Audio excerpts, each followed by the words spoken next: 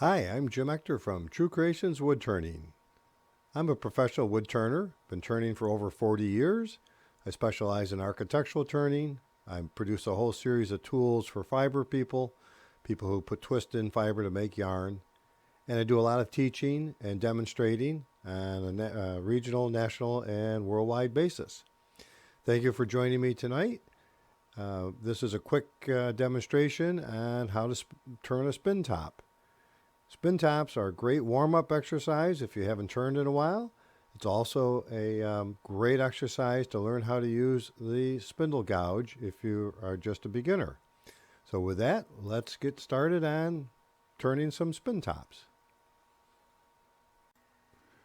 This is just a cool picture I pulled off the internet. I think it was some guy's Etsy shop who sells spin tops. I just thought it was a cool picture. So anyways, what I'm here to do is to show you a little bit how I turn tops. So before we get started, there's lots of different tops. This little guy, I'm going to show you how to do some of this embellishment, and that's a maple. I like turning that type of style of a top out of maple. This is a blank. Some people turn, glue up blanks like this to turn tops. This has cross grain on it, so you have to approach it a little bit differently. This is a little practice piece, just a little warm-up I made out of a piece of 2x4. I'll show you how to do that. Here in Rochester, we have a guy, Don Olney, who used to run the Toy Crafter. He wrote the book on tops. It's a little tiny pocket book. But anything and everything you want to know about tops is in that little book. I don't know if it's still in print or if you can buy it anymore or not. But there's all sorts of tops. This is a Japanese battle top. Let me switch cameras. So these little discs, let's see, I gotta remember how to set them up. And they basically chase each other around in a circle. So just kind of a fun thing to make. And then today, there's a guy posted a picture, and somebody in the club has made some of these before. But this is a dancing girl top, and the arms are just attached with little screw eyes, and it's been textured and colored. I'm not going to make one of those tonight, but there's all sorts of tops. The nice thing is, if you go to Google and do a search for tops and look for images, you'll get all sorts of inspiration. There's just all sorts of tops out. So anyways, what I thought I'd do is, every year we ask the members to turn tops, and we give them to the kids at Galasanos Hospital and Hillside and whatnot. But what's nice about tops is that it's a great exercise for to warm up. If you haven't been turning in a while, just to have a little warm up exercise, just turn a top.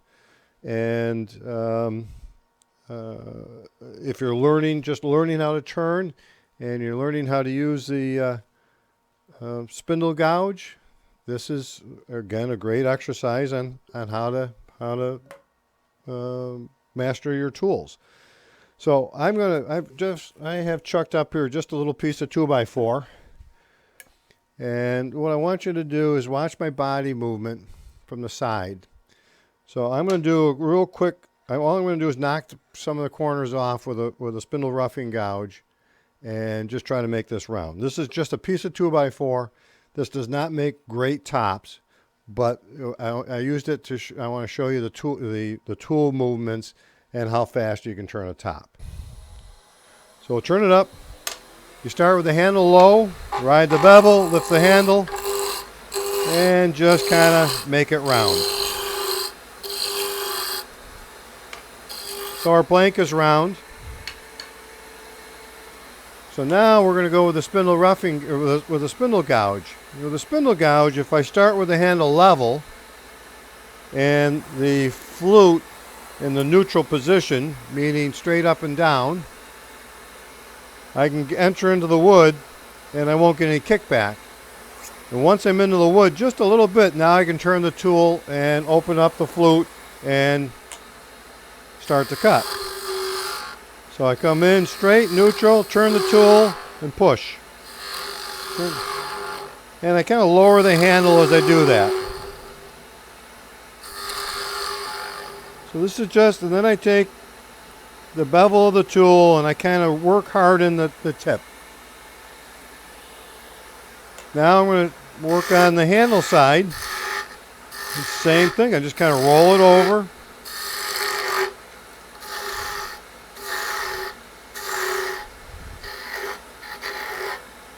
I work it down, put a little bead detail in.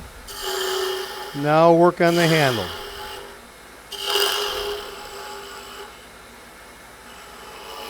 So I think the challenge is we're trying to have every member turn at least 10 tops. That'll get us to our 1,000 tops that we want to get to this year. Again, I'm not going to bother sanding this or anything. I reach around and just kind of cut it off. And so out of a soft piece of wood, I just turned the top and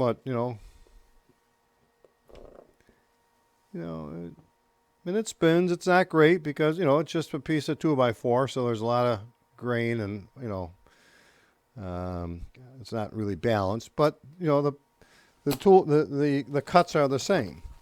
So now let's put any questions on my tool motion and what I was doing to turn that. All right, so now what I want to do is we're going to chuck up a piece of maple.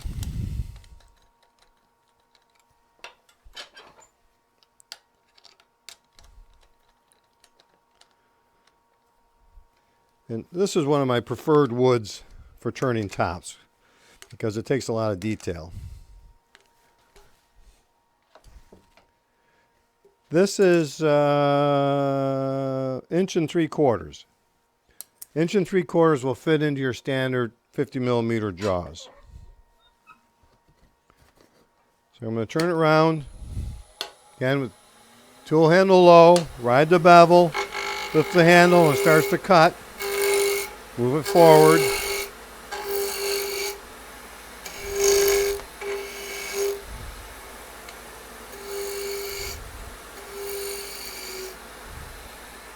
So I've made it round.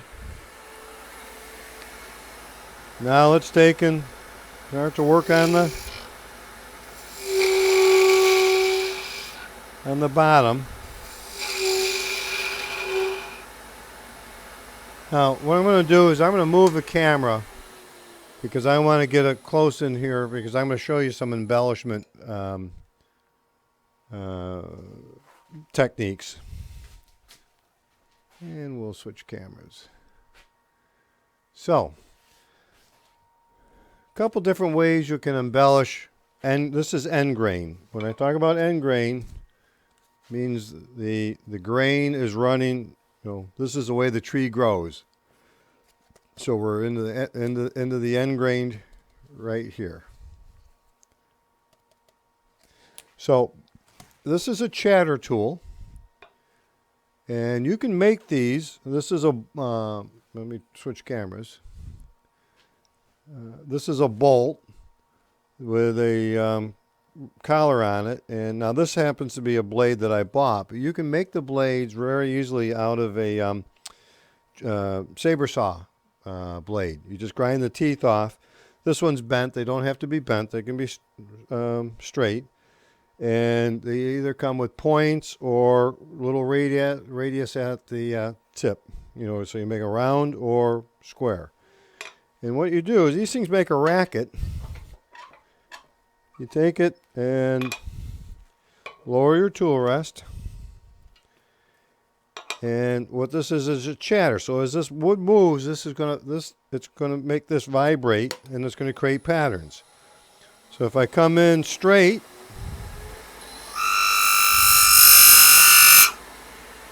you get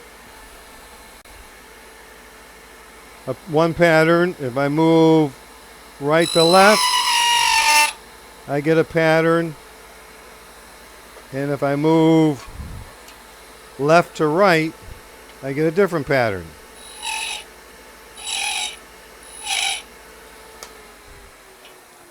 And I'll show you what that looks like with a little magic marker.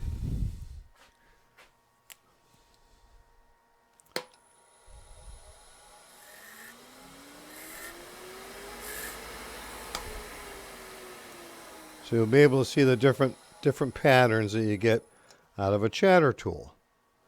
So the first pattern is with the blade straight against it. The second pattern is moving from the inside out, and the outside pattern is moving from the outside in. So they'll generate different spirals and different patterns. And it's really nice if you take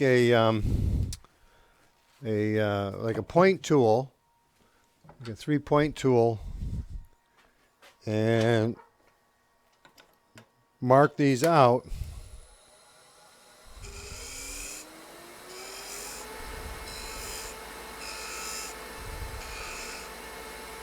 You can kind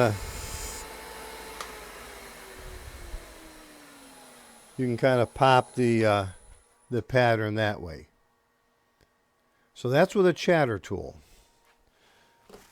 So now I'm going to show you the next tool that we can use to embellish.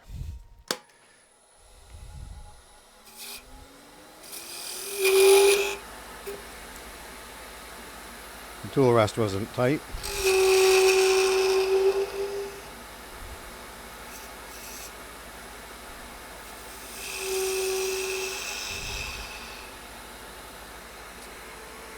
So if you take your 3-point tool and put a couple little grooves in,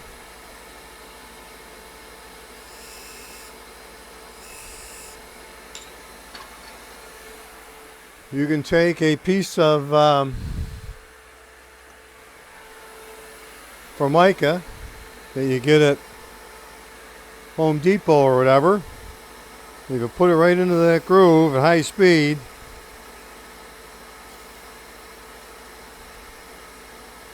You can burn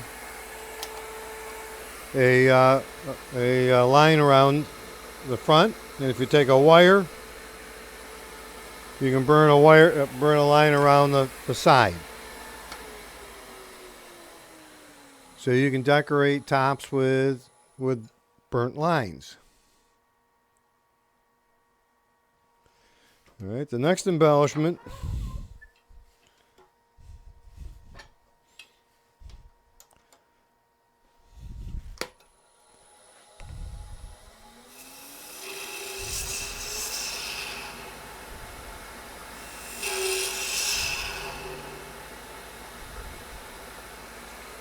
is what I call the decorating elf, or I think I call it the decorating leprechaun. The decorating elf is the commercial version, but I've taken a piece of brass, and this is a Dremel bit with a little piece of brass tubing on it, and then I've countersunk a bearing that you get at the any hobby shop that caters to the remote control car people. They sell these bearings for $1 or $2. They're pretty inexpensive. So you can put a couple bearings into a piece of metal with a little spacer. Take your lathe down to about 500 RPM. Put it at a straight on. Push it in. Put it in at an angle. Push it in.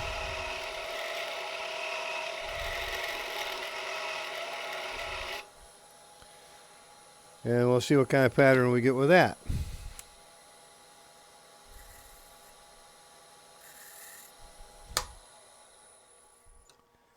So you get much more uniform pattern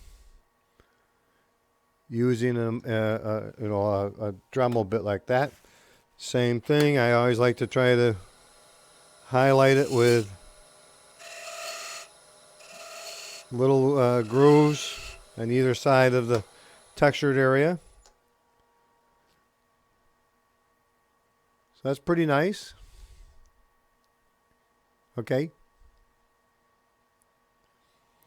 The higher the RPM that you have, the wider the chatter marks will be.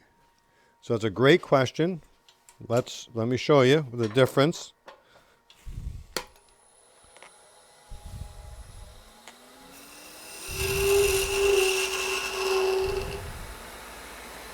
So here I'm running at about 3,000 RPM.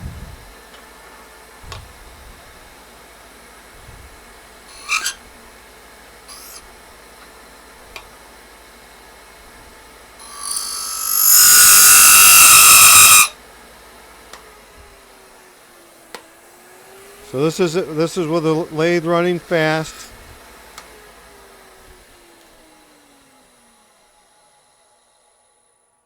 And you can see how wide the chatter marks are.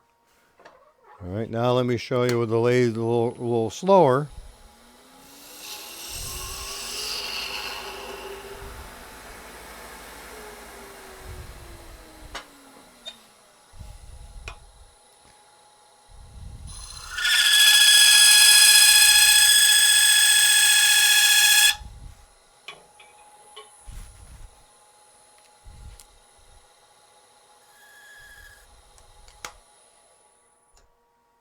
And you can see how close they are now.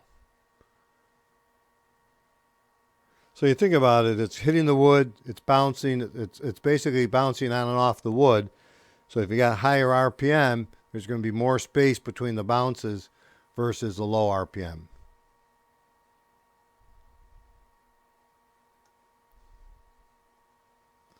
Sure, the 3-point tool. This is a very expensive exotic tool.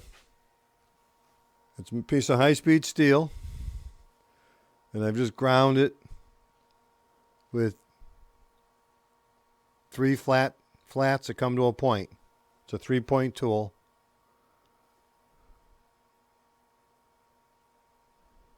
Nothing fancy. This happens to be, I think, a piece of high-speed steel. Maybe not. It might not be. It might be a piece of steel I found on the side of the road.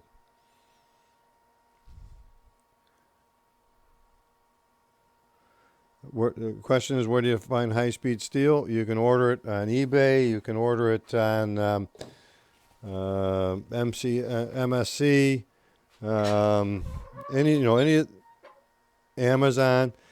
You can buy a here's a piece of. This is a box tool I made.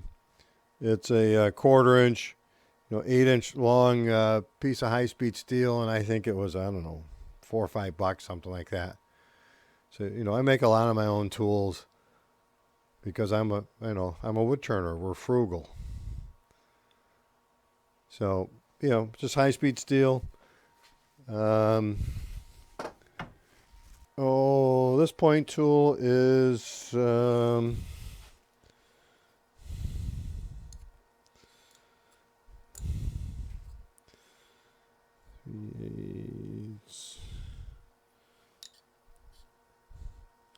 It's about 3/8. It must be metric or something. It's a little bigger than 3/8. I think it's just a piece of steel I found on the side of the road. I make a lot of tools out of steel I find on the side of the road. So, does this answer the question about the texturing? Okay. So then the next tool.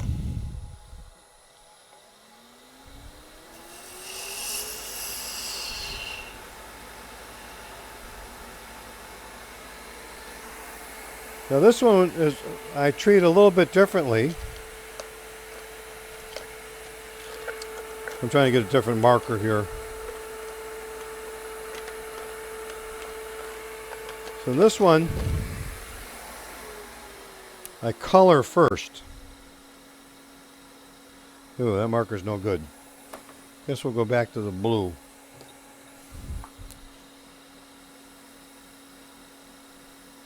So this one I add the color first. And this is a Wagner texturing tool. So I color first.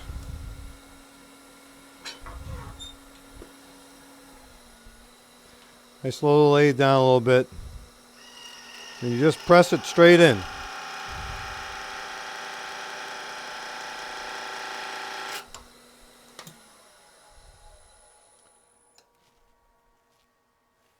And it gives you an embossed texture, which is kind of nice looking. So those are 3 embellishment techniques. So now let's turn the top.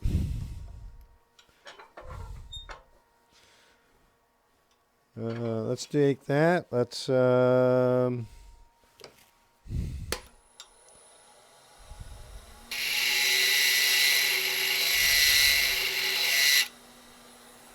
let's add that.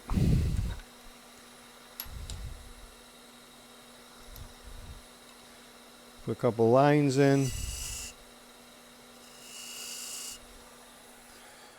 So what's Matthew's favorite color?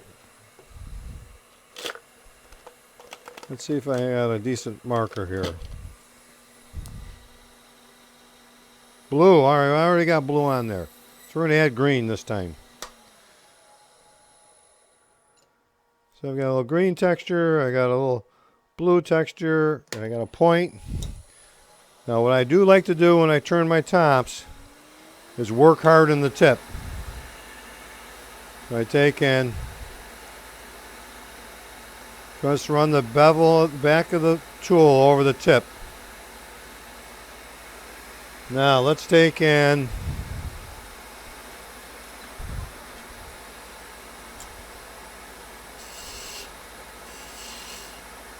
make this round. Let's put a little groove in the side. Put a little black line on it with a wire.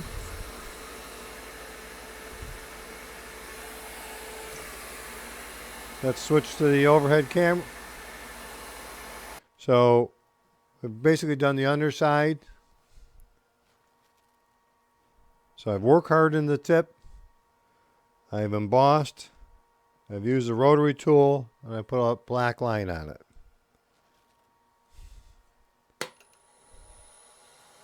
Now let's turn the top side.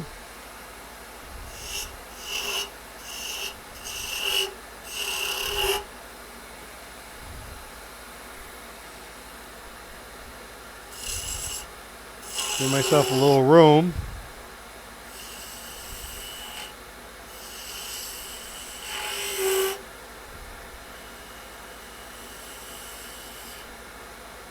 Just notice how I'm just taking a real fine, light cut. It's a top, you know. If you get a nice enough finish, you don't have to bother with sanding because it's going to get, you know, bounced around and whatnot anyhow. Let's take and put a little chatter on the side.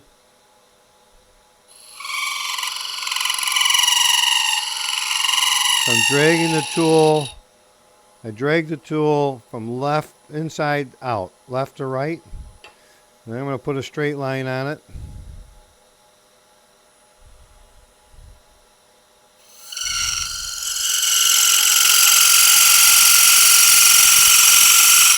And notice I did this before I got too thin and narrow on here.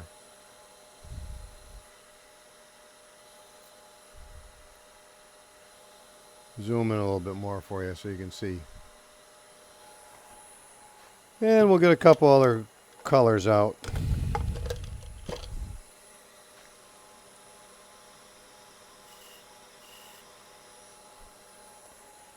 And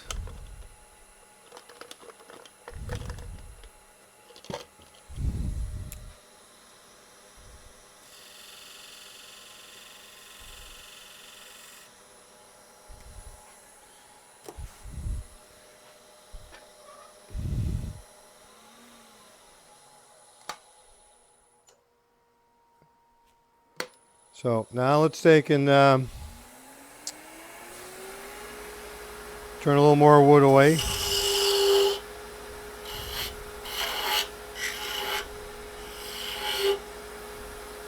Again, start with it neutral position. Open it up.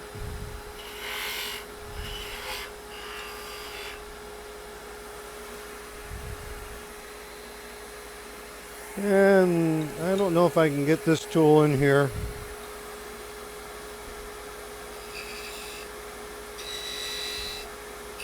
So I'm just trying to outline those colored areas.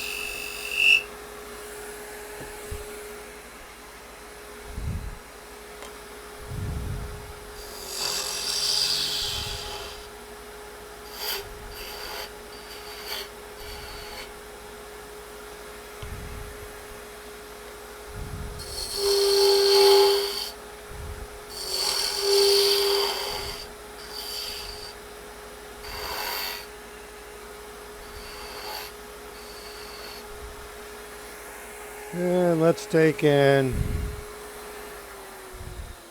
a little rotary mark here.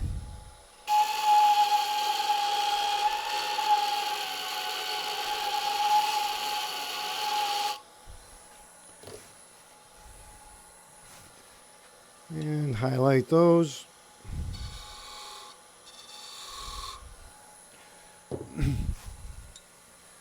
And we'll put another color on here.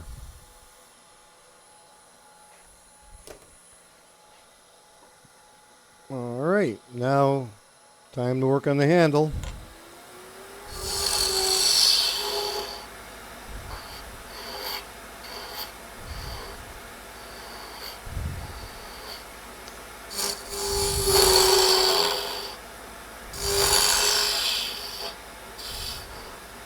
So I'm controlling the tool with my thumb. Always trying to cut downhill.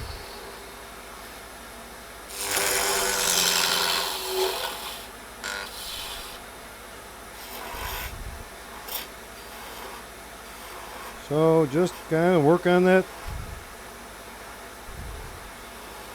Work on the handle.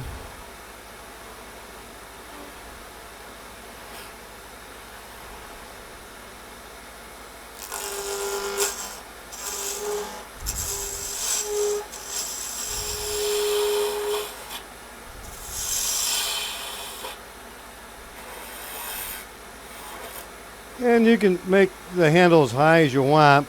If you go too high, you'll run into problems with physics, and you'll start to get a lot of wobble out of it. So keep them a little bit shorter. And then I just kind of, you can put a little finish on there if you want. I don't worry about it. I'm just going to part it off.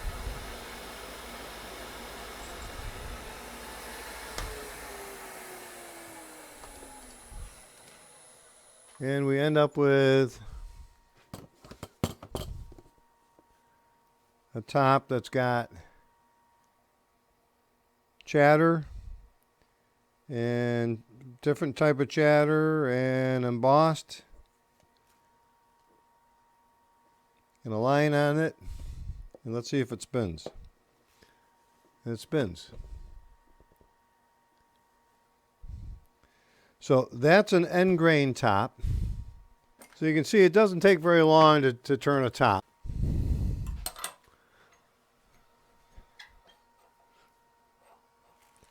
So some people do this type of a top.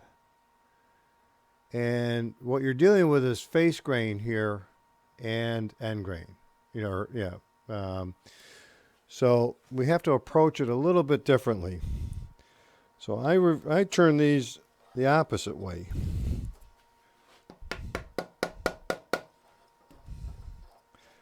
Hopefully we can get this to seat.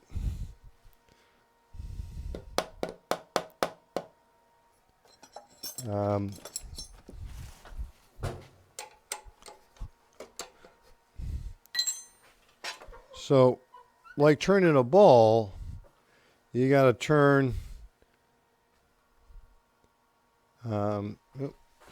from the outside, from the inside out, when you're turning this type of a top. So we're going to turn in this direction, whereas the other one I turned in this direction. So I'm going to turn the handle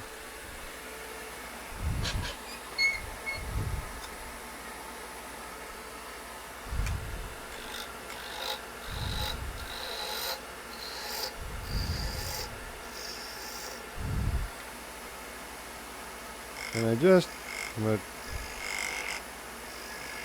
this dowel, whoever made this, it's pretty warped.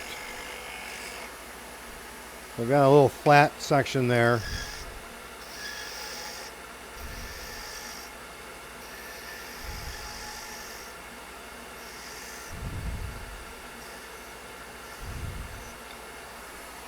So I basically have turned the handle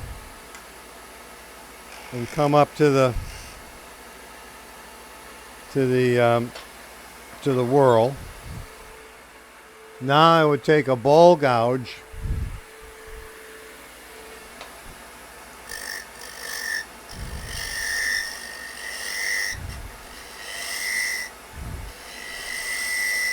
and cut from the,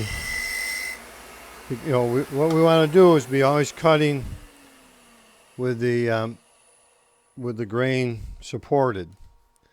So that's why I'm cutting in this direction with this type of a blank.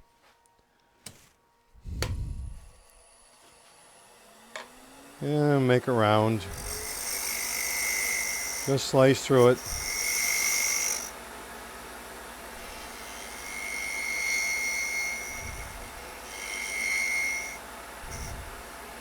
I'm not going to decorate this or anything. I just want to show you the process if you're going to turn this type of a top.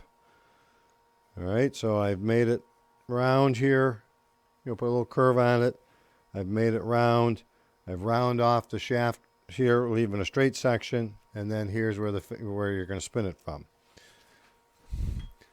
And the reason I do it that way is because now I can turn it around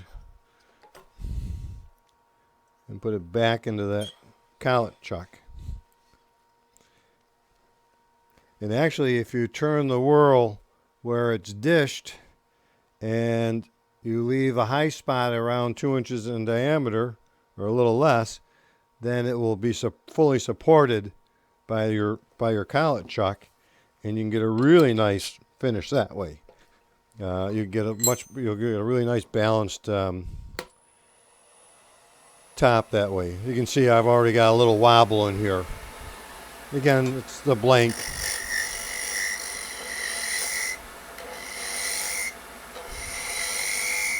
And I'm just using a kind of a shear cut.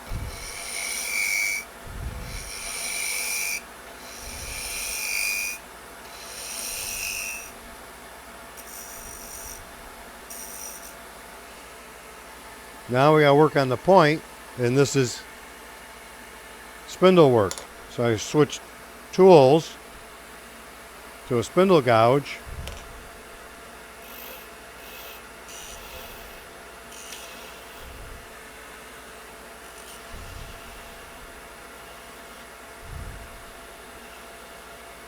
And work hard in it a little bit.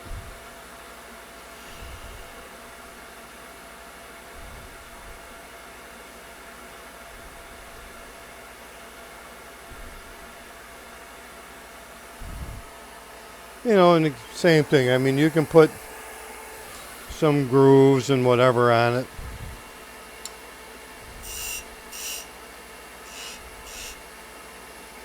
Whenever you put grooves on something, if you put 2 grooves in, they're always balanced. If you put 3 grooves in, you'll find that they tend to not to be balanced. It's harder to get them uniform. So if I was to, do that type of a top, that's how I would do it. And let's see if this guy spins.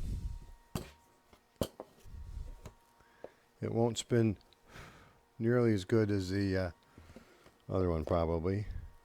Oh, actually it spins pretty darn nice.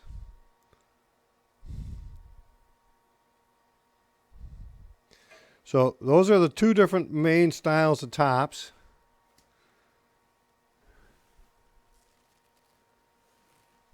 It's still spinning. So any questions on what I showed you, the two different types of blanks? Oops, end grain versus the face grain.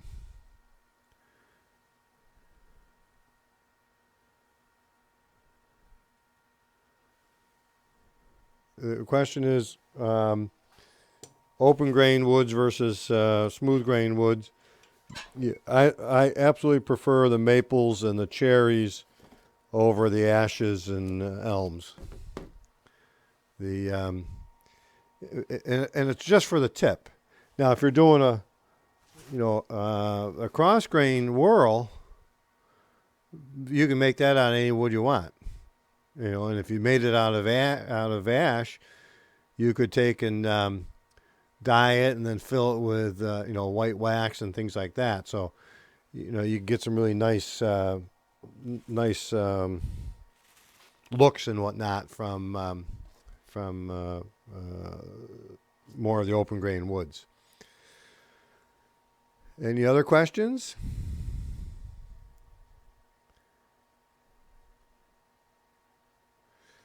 It's harder. You'd have to have, a chuck like this with little jaws on it. It's the collet chuck. I'll give an average. I've made more money with my Beal collet chuck than I think any other tool that I own in the shop. But I turn a lot of small scale things, so to me it's just a very handy chuck. But if that's, I think, the disadvantage of trying to turn that type of a top is, how do you hold it?